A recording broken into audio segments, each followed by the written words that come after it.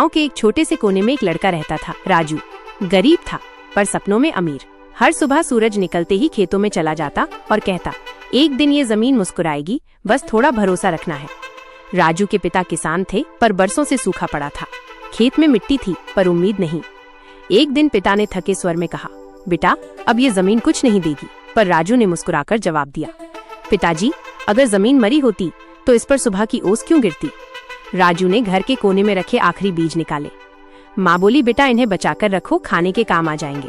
राजू बोला, अगर मैं डर के बीज बचा लूं तो उम्मीद कब उगाऊंगा माँ। वो बीज उसने खेत में बो दिए। न पानी था न साधन, बस भरोसा था और मेहनत। हर दिन वो मिट्टी से बातें करता, कभी गाता कभी आंसू से सींचता। गांव वाले हंसते, पागल है, मिट्टी में उम्मीद ढूंढता है। पर राजू हंसकर कहता, अगर मिट्टी में उम्मीद ना ढूंढूं तो आसमान में कहाँ मिल जाएगी। एक रात तूफान आया, सारे पेड़ गिर गए, खेत उजड़ गए। सुबह जब सूरज निकला तो सबका खेत बर्बाद था, सिवाय राजू के खेत के, क्योंकि उसने हर पौधे के पास एक पत्थर रखा था जो उसे तेज हवा से बचाए। लोगों ने पूछा, तूने ये कैसे सोचा।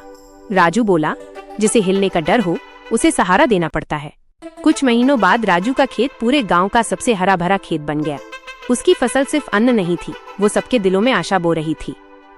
गांव के बुजुर्गों ने कहा, राजू ने खेत नहीं किस्मत जोती है। और राजू मुस्कुराकर बोला, किस्मत वो नहीं जो मिल जाए, किस्मत वो है जो मेहनत से खिल जाए। संदेश, कभी कभी एक आखिरी बीज ही जिंदगी का पहला चमत्कार बन जाता है, बस उसमें विश्वास का पानी और मेहनत की धूप चाहिए।